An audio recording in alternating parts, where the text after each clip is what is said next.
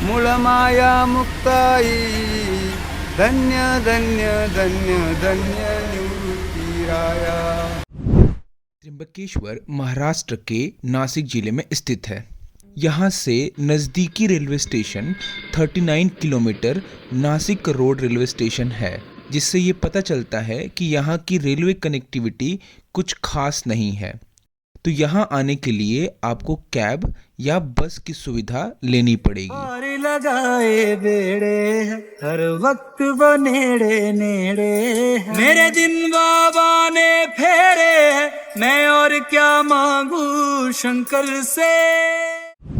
ऐसा कहा जाता है कि गौतम ऋषि अपनी पत्नी अहिल्या के साथ ब्रह्मगिरी पहाड़ी पर रहते थे। ऋषि के आश्रम के अंदर प्रचुर मात्रा में अनाज था। अन्य ऋषियों को उनसे ईर्ष्या थी और उन्होंने उनके खेतों में एक गाय भेज दी। जब ऋषि गौतम ने गाय को अपने खेतों से डराने की कोशिश की तो वो मर गई। तो ब्रह्मगिरी पर्वत को पवित्र करने और अपने गौ हत्या के पाप से मुक्त होने के लिए ऋषि गौतम ने गंगा नदी को मुक्त करने के लिए भगवान शिव की पूजा की। उनकी भक्ति से प्रसन्न होकर भगवान शिव ने गंगा को मुक्त कर दिया। तब गंगा जी ने महादेव जी को भी यहीं अपना निवास स्थान बनाने का अनुरोध किया, जिसके फलस्वरूप महादेव जी यहाँ त्र्यंबकेश्वर ज्योतिर्लिंग के रूप में निवास किए। मैं जब से शिव का भक्त हुआ, मेरे दिल से विदा हुई नफरत।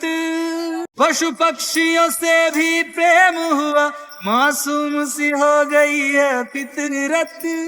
सब चेहरे उसके चेहरे हैं, उसके ही अंधेरे सवेरे हैं। शिव प्रेम ही मुझको घेरे, मैं और क्या मांगू शंकर से।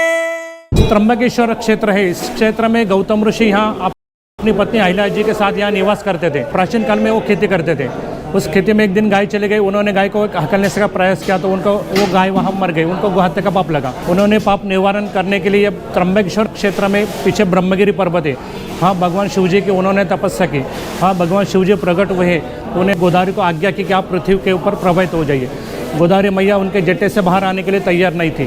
भगवान शिवजी ने क्रोधवश वहाँ पे उन्होंने जटा पटकी और जटे में से गोदावरी बाहर प्रवाहित हो गई। तो वहाँ गोदावरी गुस्से में थी, इसलिए से वहाँ से गोदावरी गुप्त हो गई। तो दूसरा एक पहाड़ गंगा द्वारा वहाँ गौमुख से निकलती है। फिर वहाँ गौतम ऋषि उनके पीछे वहाँ तक चले गए, गोदावरी के पीछे। वहाँ गोदावरी उनको मिली नहीं। फिर वहाँ से गोदावरी लुप्त हुई तो ज़मीन के अंदर से यहाँ गड्ढे में निकलती है। यहाँ से हमेशा पानी भरा रहता है। यह पानी आप निकालेंगे तो फिर नीचे से आता रहता है। फिर गौतम ऋषि ने यहाँ आकर गोदावरी मैया की प्रार्थना की, उनको शांत किया और इस कुंड में उन्होंने स्नान किया। उनका गोहत्या का पाप निवारण हुआ। पृथ्वी के ऊपर 4 जगहों पे अमृत की बूंदें गिरी है। एक इलाहाबाद प्रयाग में और हरिद्वार में, उज्जैन में और एक त्र्यंबकेश्वर में इस कुंड में गिरी। इसलिए हर 12 साल में एक बार यहाँ कुंभ मेला होता है। जहाँ महादेव ने गंगा जी को बहने का दिया था निर्देश एक लिंग में, वहाँ साथ बसे ब्रह्मा, विष्णु, महेश। लोभ को, क्रोध को, लोभ को मैं भस्म कर रहा